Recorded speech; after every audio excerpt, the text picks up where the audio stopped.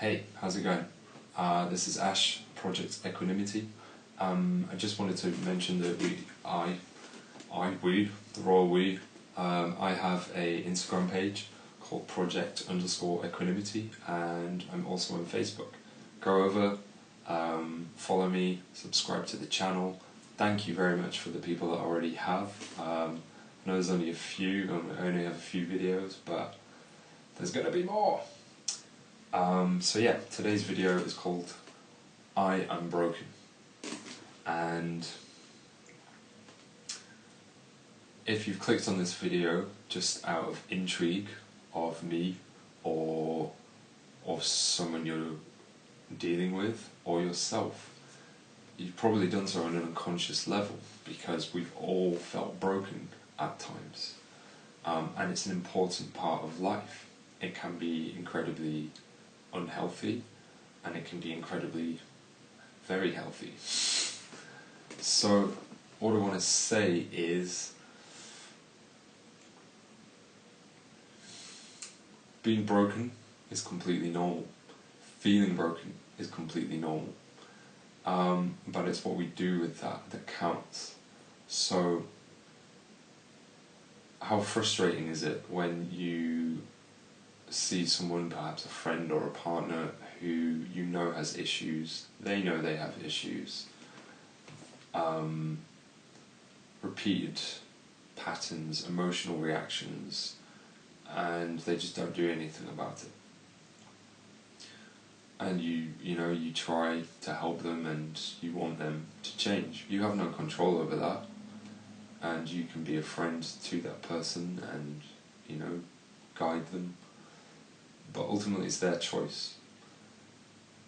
Being broken is basically the path to transcendence, to transformation. I'm going to tell you a quick story. At my most vulnerable time, I would say, in my life, ever, I was just going through a huge emotional change, and I went to get help for that. And every step of the journey of me seeking help seemed to just kick me in the nads. I recognised that I was broken.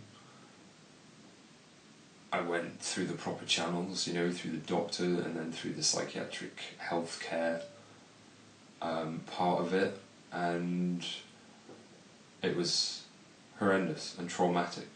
But I'm so glad that I did go through, because now I can see everything that's wrong with it.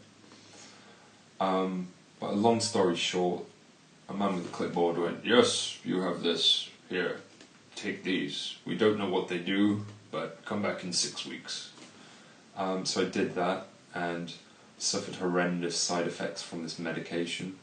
I knew it was wrong, I knew it wasn't changing, and I came off of it. And when I contacted them and said, "Look, we're not taking it anymore," and they said, "Why?" I told them my side effects, and they went, yeah, you probably should have come off that earlier." And I was like, yeah, well, I was calling you every day telling you how wrong they were and everything that was happening to me. They gave me some more medication.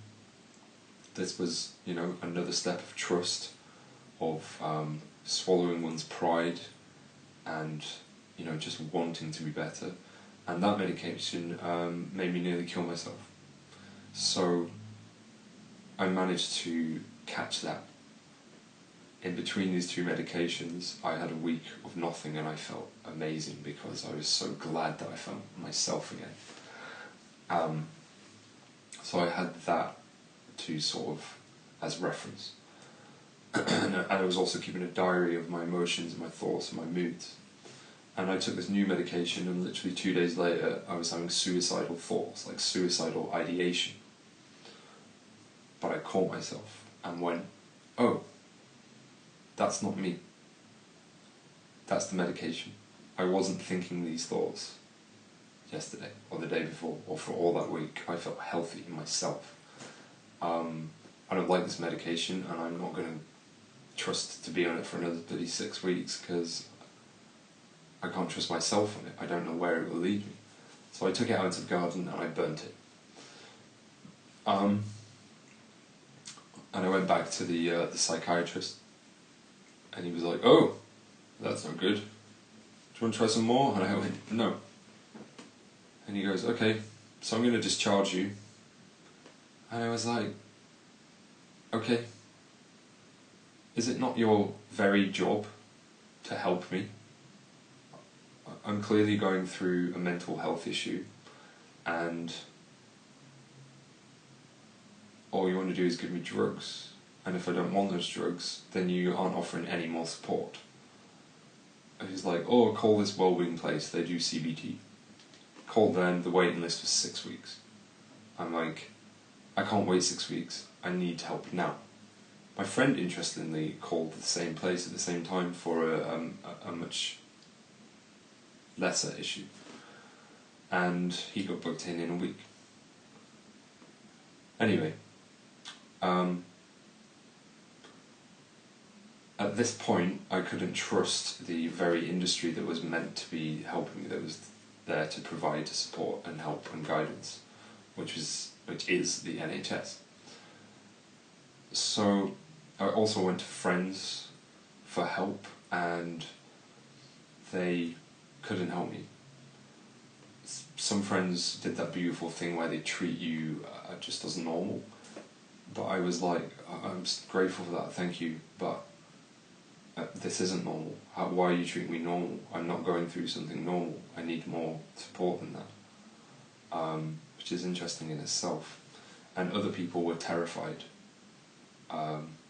because they've never dealt with that before. They don't know what to do. You know, when I think often when we view mental health in our society, it's with a lot of fear and trepidation. Sorry, the sun's in my eyes. And when someone, let's say a friend who sees you as strong and together, sees you not strong and together, they don't know what to do. They've never dealt with it before. Also, if someone who has a brain and a mind just like they do, who can go from strong to completely broken, then it's possible that they could too, and that scares them. So it's almost like an existential crisis. I can tell you from first-hand experience that this is the worst way to treat a person who is suffering with mental health issues ever. If you're watching this video, rewind it and listen to that again. But even like my best friends, who did provide love and support, couldn't help me. I just recognised that what I was going through was beyond their grasp, and I needed to find help elsewhere. The NHS couldn't help me, my friends couldn't help me, so I was like, okay, I'm going to book myself into a psychiatric hospital. That's the logical next step. I need to be around people who can care for me, because I can't care for myself and no one else can. And just lots of things. One going right in my life. I wasn't happy with my job. I'd been looking for somewhere to live for months, and I quit it all in one decision.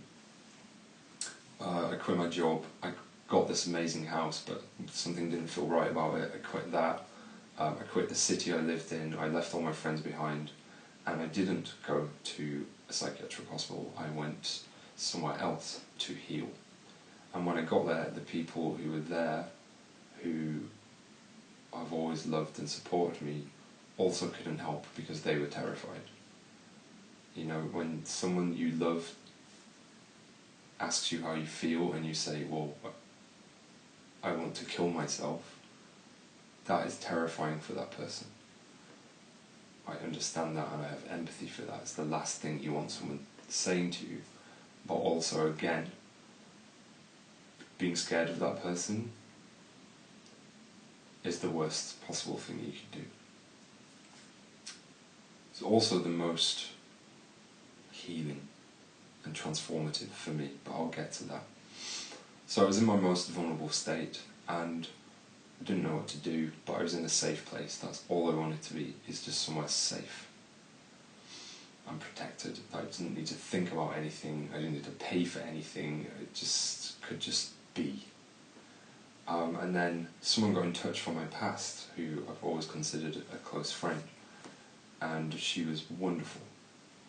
She just like almost psychically knew what I was going through and got in touch and explained things, and she was just had so much empathy and compassion. She knew how I felt because she's been through it herself, so she just wanted to give love and guidance for that and help. But it got to a point where it started affecting her life, and she was vocal about that. You know, I'm thinking about you during the day, I'm worrying, and it's impacting my work, my life. And I was mortified at that. I'm like, I don't want you worrying about me. I didn't ask for your help, and I never bug you or bother you. I just pick up when you call because I'm so grateful that someone is here for me. And I realised that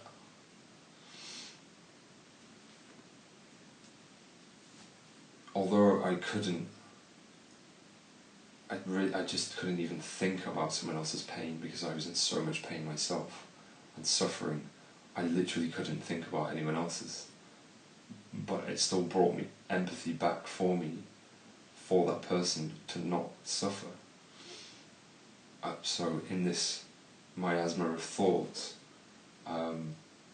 she just cut me off and ghosted me completely. No reply to anything. No, doesn't pick up the phone, nothing. And that almost killed me. I was like, the last person on earth who I trusted has just abandoned me.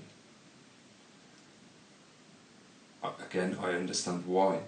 I think it was a healthy decision for her. If she was suffering because of me, I'm not saying it wasn't me, but I think perhaps it was probably just too hard for her to see me going through this and not being able to help, even though she helped in ways that she can't even imagine. But yeah, when it happened, I was totally just destroyed. I was devastated, and angry and hurt and upset, and you know, she wasn't even replying to my messages, she wasn't even reading them. And if someone's in that kind of a place, you know, it's best just to retract, and that's what I did.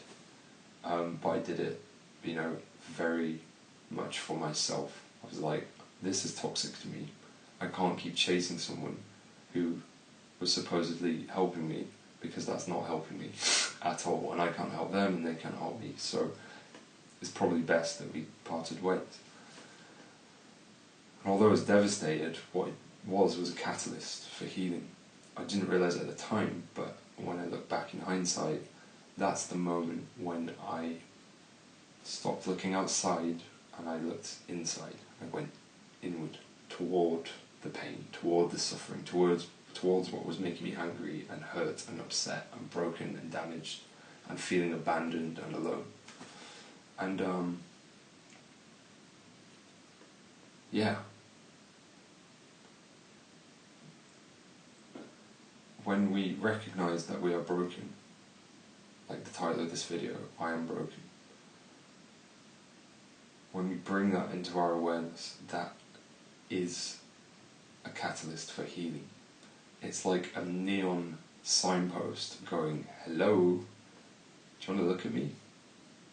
I keep fucking up your life, and I keep repeating these patterns and literally dangling it in front of your face, and you're not looking at me. Do you want to maybe do the opposite and look at me? So, if you're watching this video because you thought you were broken, you're not broken. You're healing. And you're recognising that. If you're literally aware that you are broken, then you are incredibly powerful. This is strength. You're starting your journey to unravel why you think you're broken. You were never broken in the first place, but if you have issues that you don't like and you want to change, then recognizing these things starts you to go towards them. So that's what I did. I researched everything people had told me I had, and it all made sense, but that can be incredibly unhealthy too. When someone gives you a label and goes, you have this, and you go home and you're like, okay, I have this, that kind of makes sense. You then can use it as an excuse for your behaviour, for your issues. Oh, I have this, that's why I do that. You know, leave me alone. I'm this. It separates you from the rest of humanity and gives you an excuse to not heal. So anyway, I researched that, and it all made sense, apart from the permanency of it. You know, technically I should be on medication for the rest of my life with what they told me I had. I haven't been on medication for nearly 2 years, and I was on it for about 6 or 7 weeks. Like I say, I burnt it in the garden, and I don't medicate, I meditate. I also don't judge people who do medicate, as long as they have awareness of it. But that's another video. I did more and more research, and more research, and what I realised I had was completely different to what they told me I had. And it just made way more sense, not just conceptually, but I felt it. I was like, that's what it is, that's what I need to go towards. We always know where to find help, whether it's on YouTube or in articles or studies or whatever. We unconsciously are guiding ourselves towards what we need. Anyway, I figured out what I had, and I researched ways in which to heal from this thing. Therapies, dedicated specific therapies for this thing. So I found someone who did that, I went and did it, and I did it. It was hard as hell. It's one of the hardest things I've ever done. And it took a long time to actually work. I almost quit halfway through because I was like, this is not doing anything. I'm coming out of here feeling worse than better. And the therapist was like, okay, then quit. You don't have to come back next week. Go away, and you will always suffer with these things. Or come back, and that thing that I keep bringing up and you keep fighting against, that's where we need to start. If you keep fighting against it, you're not going to get anywhere. If we start there next session, things will change. And I was like, oh my god, is that a challenge? And next session, we started there, things started to change. And even when I finished the course of therapy, I still wasn't healed. It took about 6 months for these things to just become a part of my life. So if you have been through something, or you are going through something now in which you feel like you're broken, you're not broken, dude. If you were broken, you wouldn't be watching this video, would you? You'd be one of those zombies that's like, "Rah! I know I have issues. I'm not going to do anything about them. It's your fault." You know, they're not watching this video, you are. So, it's actually brilliant. You've recognised something else to heal. There's always something more to heal, which is amazing. It's a gift to be able to heal these things in a healthy manner.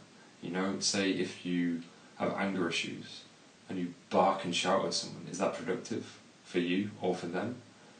Or if you go and you realise something's triggered you and you're angry and you go for a run and you let it off, or you punch a punch bag or something, that's a healthy way of managing your anger, isn't it? This is the same thing. It's just awareness. It's just bringing into focus that no matter what's going on in your life, or how people are treating you, or your relationships, or whatever, that if you have a negative response, you recognise that that's your bullshit, not theirs.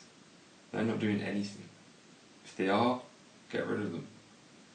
But if they've just said or done something which has not been an attack or a direct, slight, and you've realised that this has triggered you, then you're recognizing, I am broken, but this is a wonderful thing.